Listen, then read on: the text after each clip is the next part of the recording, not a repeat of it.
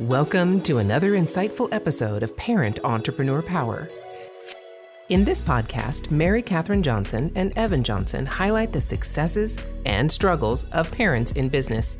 They share how to be the example of success in entrepreneurship to foster the same in your child, and so much more. Are you ready to power up? Okay, welcome everybody to another very exciting episode of Parent Entrepreneur Power. I am here with my lovely co-host slash mom, as always, Mary Catherine Johnson. And we have an incredible guest today, Andy Hill. Welcome to the podcast. Thank you so much for having me. So to start out, let's make sure everybody listening is on the same page. Tell us, who are you and what do you do? Yeah, my name is Andy Hill. I'm the host of the Marriage, Kids, and Money podcast. It's a podcast focused on helping young families build wealth and happiness. And a part of that is, partnering with my wife to produce a segment on Fridays. And then every once in a while, I even bring my 9-year-old daughter on the show to do a little segment with me too. So I'm all about this work-life integration plan that you guys have here on the show. That's pretty cool. And do you have just the one child then? I have a 7-year-old son as well, and sometimes he comes on. I like to do a quote at the end of my show to kind of leave the audience with some excitement, and sometimes he reads it as well, which is fun to do with my boy. Okay, so then 7 and 9. 7 and 9, yep. Your 2 kids. Wow. How are they doing with your business? I mean, do they know a lot about what you do? And if you ask them, what does dad do? Would they be able to spit it off? Or would they just say he gets to talk into a microphone and make money? Yeah, no, I've involved them pretty intently for their age, I suppose. I mean, they're not owning a lot of the business right now or doing a lot of part of it, but they know what I do. I've got my little podcast studio in the basement just outside of their play area. I used to have a 9-to-5 doing corporate event marketing, not just 2 years ago. So they've seen my transition from daddy being on the road and gone a lot, as well as being in the office, to daddy having his office at home and being there to drop us off at school and then being there to pick us up after school and making sure they're happy and healthy when they get home. So I think they enjoy the change as well as I definitely enjoy the change. Yeah. Big difference, right? Big time. Yeah. The only thing they probably have to do is know that if they're playing in the playroom and you're on a podcast, they know they have to be quiet.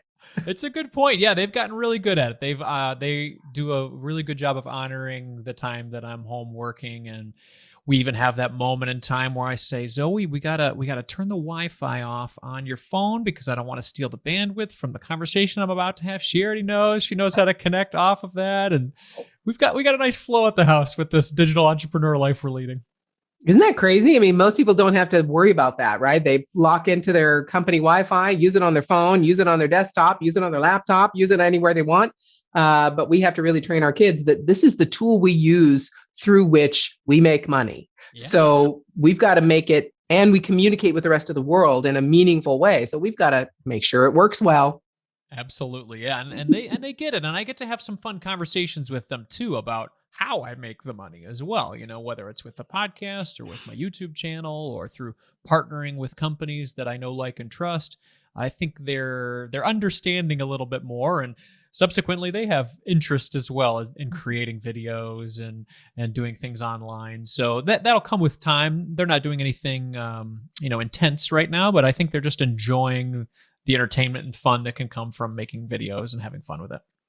As they because they're going to keep growing up, because 7 and 9 is still pretty young. So do you want them to be a part of your business as they grow up, or do you kind of want to encourage them to do their own thing, or both? It's a good question. If they are interested in what I'm doing and the content I'm putting out, or even just whatever, being a digital entrepreneur in general, I would love for them to be a part of it. It would make me so happy. But on the opposite end, I am very, very interested in them following their passions and their dreams, because I know how important it is to like what you do for a living. And if you don't have that excitement to wake up on Mondays, then it doesn't matter what you've chosen to do. I feel like moving towards enjoyment with your work is so important. So if they have no desire to talk to dad about family finance, then that's okay. They don't have to. They can do whatever they want and just do it in a way that makes them happy and make a decent living. So I think I'll subtly give them the option. And if they decide that they don't want to move in that way, that's okay with me. Especially when we're talking about things like college, right? How do you feel about that? If it's something that, let's say they might, and before I go into college, you talked about subtly giving them that hint. Yeah. We have to continue doing that, however, in a different way based on their age level and their experience level with world and with business and with finance and all those things. So we kind of have to, I plant seeds, and I mainly plant seeds in my husband. My kids are, I don't have to plant very many seeds with them. They see what I do. They see the benefits of it, and they can make their own choices. But with my husband, I have to plant seeds. I have to water them, and I have to nurture them, and I have to hopefully help them grow. And some seeds don't germinate at all, and some seeds just take off. And we're in a taking off period right now in another direction with the two of us. But you kind of have to do that at their level at the time. So continue to, right? Absolutely. I mean, there's been times where Zoe or Calvin have been interested in, I think it would be neat to make a YouTube channel, Dad. Great. I said, okay, well, that sounds interesting. Why don't we make one video and see how that goes? And we'll just put it on Mom's channel or Dad's channel or something like that, and then see if you want to go from there. Usually it fizzles out after about 1 or 2 videos because there's a lot of work involved, and it's a lot easier to watch Minecraft videos than it is to make your own Minecraft video. So I like, being there and open to helping them figure it out and realizing that there's a little bit of work that comes with those processes. Even though it seems like a lot of fun, it can be something that maybe it deters you in the beginning. But if you do have that drive and you want to keep doing it, I'm always going to be there as their dad to help them to try it out. And if they don't like it, that's okay. And then just keep going from there. I think it's all about trying to give them little opportunities, whether it's soccer practice or chess club or making their first Minecraft video, of just testing things out and deciding what they do like and what they want to keep doing more of. And then again, it's okay if they want to change over their childhood as well, because change is good as well. Oh, and especially when they're so young too. I mean, it's like when you're 7 and 9, you don't really have that drive, you know what I mean, to create something like that. But it's really cool that you're giving them all these opportunities to do these different things, because then when they do get to the age, 18, whatever, and they're thinking really hard about careers and about things that they do have a drive for, then they'll remember, that you're there for them and that they have all these different opportunities and different things they could try. And now they're in a better position to actually be willing to put in the work to create something like that. So I think that's really cool. Thank you. I appreciate that. Yeah, because then it's not really work as much, right? Absolutely. I mean, we know that. It comes naturally. It's something we're drawn to. It's something we dream about, we think about, we eat, sleep, and play around it. And it's constantly going in our heads. And that kind of brings me back to the whole idea of college. I mean, how do you feel about college? Is your family one where they have to go to college no matter what? Or is it just kind of an open opportunity? That's a great question. What we're doing as parents is just trying to prepare financially for that reality of college. So we've been doing their 529 college savings accounts ever since they were little kids, and put away a good chunk when they were babies, and continue to put a little amount in each month to help that grow. We're definitely, based on the calculators I've looked at, we're definitely not going to have all of the amount of money that's required for them to go to college in 2030 and 2032, maybe half, probably less than half.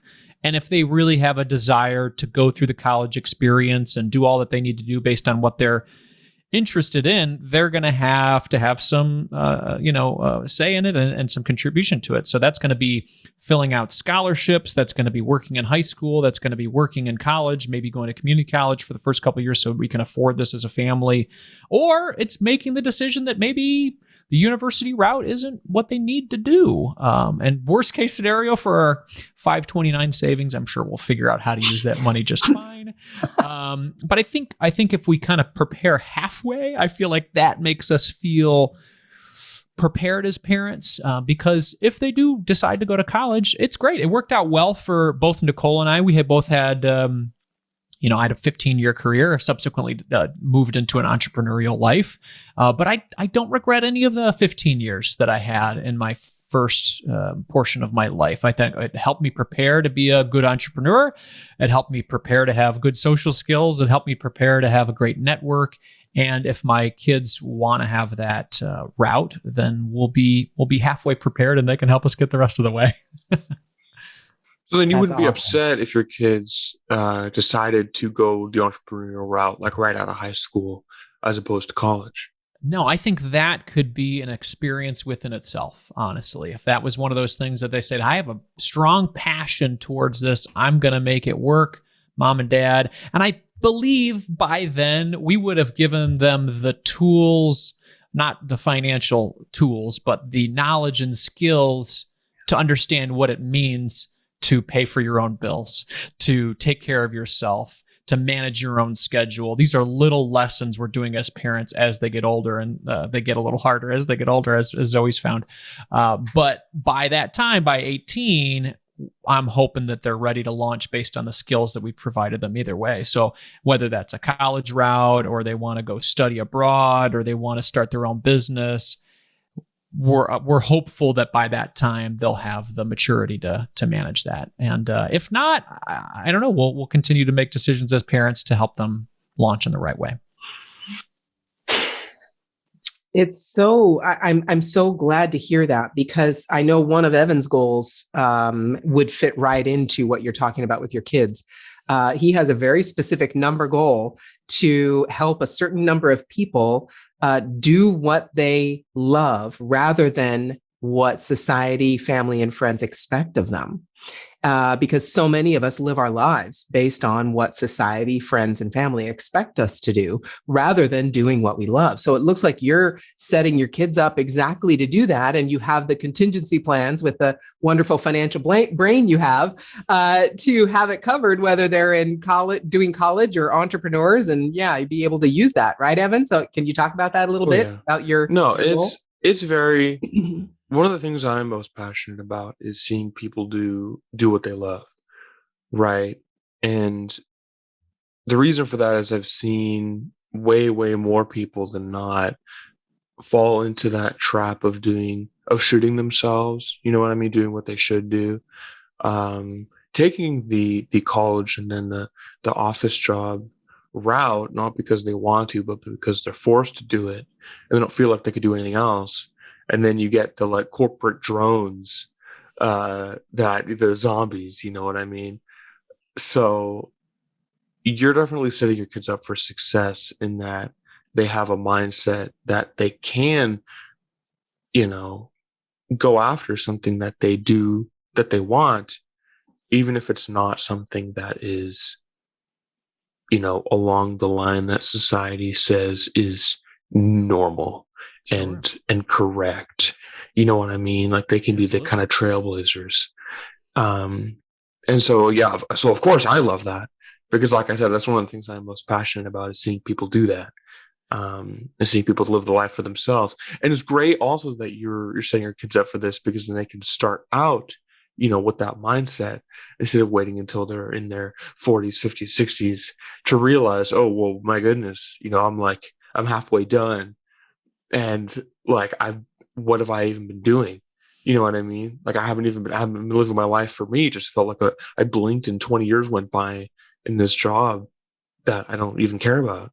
Absolutely. And a lot of people do find themselves in that position. I personally did, maybe 5-7 years ago. I had that sort of epiphany moment where I'm like, what am I doing here? I don't enjoy what I'm doing. I'm making great money and I'm supporting my family, but I don't really feel passionate about what I'm doing, and I'm selling something that I don't care about, and I need a way to do something that I do care about. And that's 5 years ago when I decided to start my own side hustle turned hobby turned side hustle turned full-time thing with my podcast and my small business. So it took me a while to find that moment. It wasn't always so bad. It wasn't always so bad, but it got to a point where I just wanted to make that change. And feeling stuck, like you can't move out of a position, is never a position I wanted to be in. And I did feel very, very stuck, both financially, as well as just my commitments as a father, my commitments as a husband,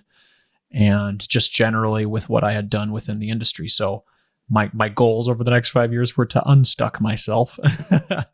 and we did. We were able to do that. We were able to save quite a bit of money, put ourselves in a position of strength and reduce our vulnerability, diversify our income streams. And then I was able to make the leap in January of 2020 to do this full time. So.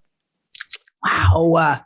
Right before the pandemic. Yeah. If you're ever going to start a small business, do it 2 months before a pandemic. Great idea. No, I'm still standing here today. So yeah, I did the same thing the day before. The day before the country shut down was the day I had my first webinar after I had purchased Bot Academy, which is the training program that I took 4 years ago from Andrew Warner. I purchased it from him. I did a webinar with him the day before we shut down. That's right. And I'm still standing a year and a half later, so that's fine. But it wasn't fun. It was not fun. I will just say that. Yeah, the uncertainty, right? It's the uncertainty, right? I mean, if you can make it through this in the uncertainty of the world, in addition to the uncertainty of entrepreneurship, you're good. You're fine. You'll be fine. I feel pretty good. Obviously, my revenue goals have not hit where I was hoping over the last year and a half. But the fact that it's even a thing now makes me feel like, wow, I think I'm going to be fine. Yes. And that's part of it too. I've got to say, with our kids, and I tell me if you agree with this or not, I look at trying to help my kids start further along the success path than I did, right? It doesn't mean they're not going to have challenges. It doesn't mean they don't have mindset shifts they have to make, because most of entrepreneurship success is a mindset. Yes. And an ability to be, to persevere. That's really, to me, that if you are going to craft a skill and practice a skill, it's got to be perseverance. And so how are you trying to help your kids start a little further along? I mean, obviously you've already shared with us that, helping them with their YouTube channel, helping them make decisions for where they want their life to go and not be stuck, all those kinds of things.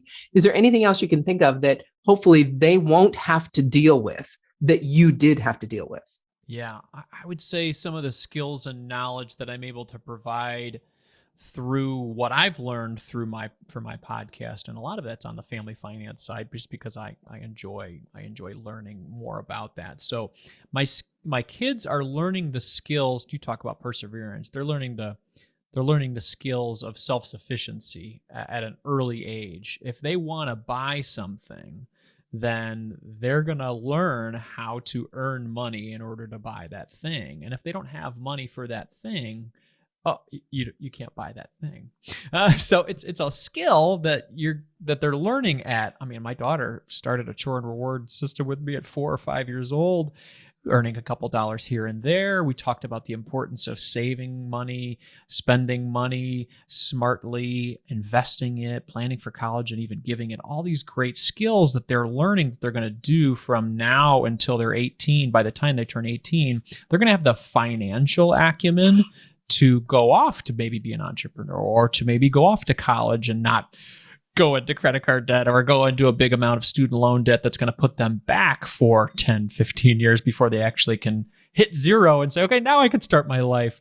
So a lot of that is prepared them financially. I think just personally, from the perseverance side of things, we have a lot of discussions about setting expectations, managing our emotional strength, and being able to step back when things get hard, having the ability to allow yourself not only the financial resources to make things go well, but also the time management resources for you to be successful too. Because there's going to be points of period of time where things are going to come at you very fast, and the ability for you to step back and handle it in a calm and cool fashion can be just as great as having, all of your financial cards in balance as well. So we're trying to balance a lot of those things from emotional skills to financial skills as they launch to 18. And of course, the financial skills, I feel like kind of stem from the emotional skills in a lot of ways. Mhm. You know what I mean? Like one very, very much influences the other. Absolutely. Yeah. If you can reduce the things that cause stress or reduce the things that might cause future stress by preparing today, I'm all about that. And if I can teach my kids those skills early on, even just, they're all little micro lessons. It's not like, hey, they got it all at 5. It's like, okay, what can we teach them now that they're a little bit older? You know, Zoe's 9 now, and now she's packing her own snacks and filling up her water bottle in the morning instead of dad doing. Okay, that's a micro step to her eventually packing her own lunch, to her doing her own laundry. Like it's just getting to a point where we've created a full-fledged adult.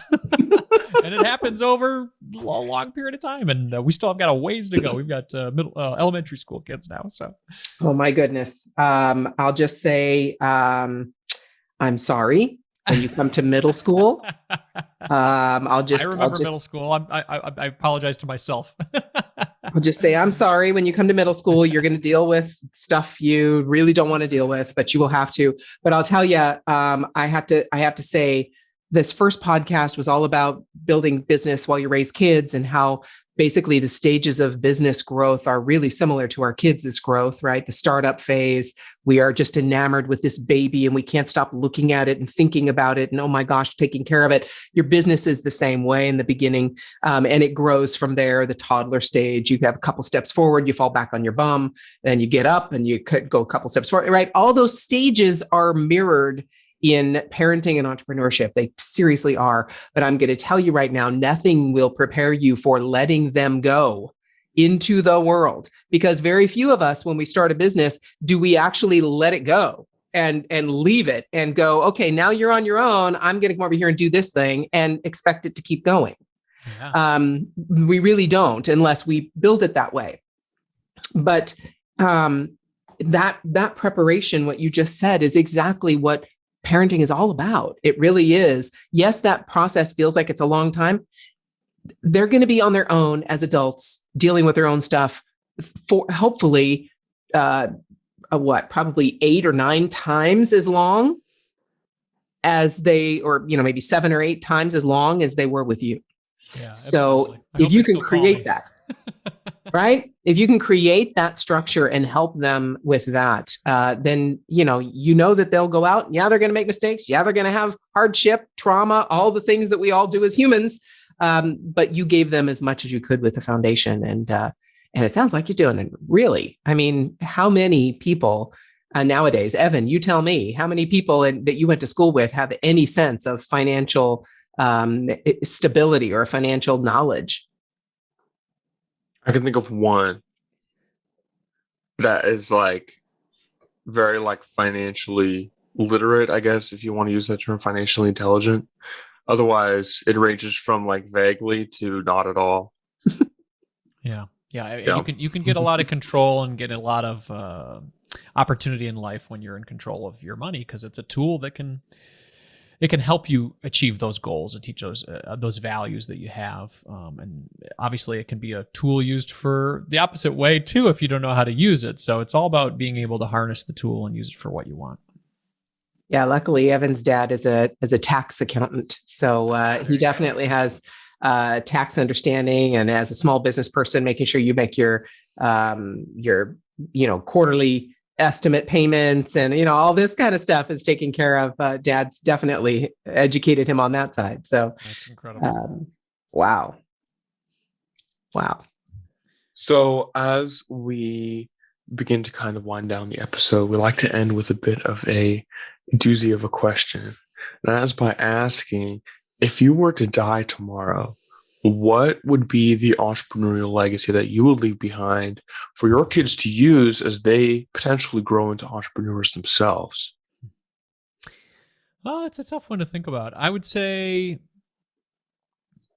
I would look at the ability to, I guess, follow your passion and things that you are interested in, and seeing how you can make money with it. And I think that hopefully I have shown them that is possible. Although it might not be as much as you could make in a corporate career, it pays so much more to do work that you love and that feels like you're making a difference in an area that you really want to have an impact in. So I hope that they see that from me and see that I've been able to follow that passion if I were to pass away early on in my life. And then maybe take that drive in their career or their job or their small business as an entrepreneur, however they want to follow that path. Just to do it with purpose and to do it to follow the family values that we've set forth for them. And sometimes you can even make more than a corporate job.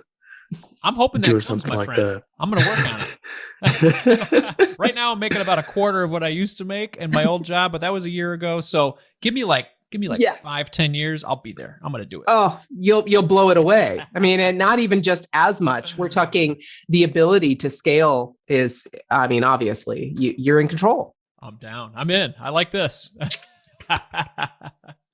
So for those who are interested in you and what you do, where can they find out more about you? Yeah, well, if you're listening to this great podcast, you can type in Marriage, Kids, and Money in your favorite podcast player and hit the subscribe button, hang out with me there and learn about what we're doing. And you can even hear Zoe on the podcast, Calvin every once in a while, and then my awesome wife, Nicole, on Fridays for our conversations that we call Bread and Wine, where we sit down and talk about money and while having a glass of wine together. Wow. And what is it? You said you have a small business. What, besides the podcast, how do you help people with marriage and kids and money? Yeah, I do one-on-one coaching to help people with their finances. So again, on the website, Marriage, Kids, and Money, you can find that resource. But a lot of what I do with regard to making money is creating content on the internet. So I'm making videos, I'm making TikToks, I'm making podcasts, all for my channels, as well as for other brands and financial brands to help put out a message of family financial empowerment out there. So I'm having a lot of fun with it. Wow. Fantastic. Well, I'm really excited that we were able to chat again and kind of bring this to the next generation, so to speak, of the podcast and the conversation. And I'm just really honored that you were able to come on again and chat with both of us instead of just me. And can't wait to see all the amazing things that you do. Thank you so much. I really appreciate the invitation and kudos to you guys for carrying on this great conversation. Thank you. Thank you for listening to this episode of Parent Entrepreneur Power. Hopefully you came away with valuable tools you can use in your business, life, and relationship with your kids. If you want to hear more about our mission, or if you want more insights into cultivating your parent entrepreneur power, join our movement to make entrepreneurship more accessible to parents and their kids at parentrepreneur.power.com.